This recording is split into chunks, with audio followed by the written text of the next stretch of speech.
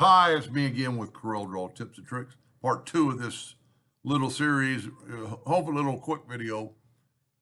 I stated in the other video that I should have maybe removed the color from the entire image, and it would have worked, so I thought I'd show it off. Trace bitmap, outline trace, clip art. I'm going to do the exact same thing I did in the first video. I'm going to bump up the detail here in a second when it's through. There's a lot of detail to this, so it's taking a little bit of time. But once we get the detail bumped up, then I'm going to run it again. It's taking a little bit longer than it did. There we go. We're almost there. Now I'm going to bump the detail up, and you're going to see the lines show up, which are very easy in this case to get rid of.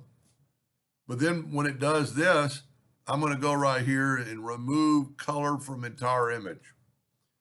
You see, it looks terrible. But if we do that and then move it over, the white is already gone. I didn't have to find and replace it. But we still got the lines. Now, I don't think they're going to show up, but we're still going to do the same thing. Go to View, Wireframe. And if you will take your pick tool and hold down your Alt key. Now, if you just picked it with your pick tool, nothing happens. If you pick it with the Alt key, any line it touched, it's going to delete. Well, I went a little too far because I had that outer box of yellow around it. So I'm going to grab the pick tool.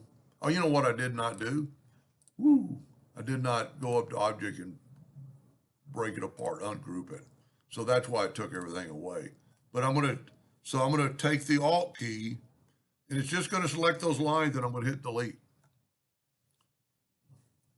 And then I'm going to go back to View and Enhance, and there is no white, no lines, and we're good to go. Object, order, back a page.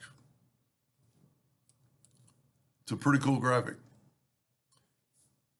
For the one I did it for, don't forget I reduced it in size. Hope that helped. Thank you for watching.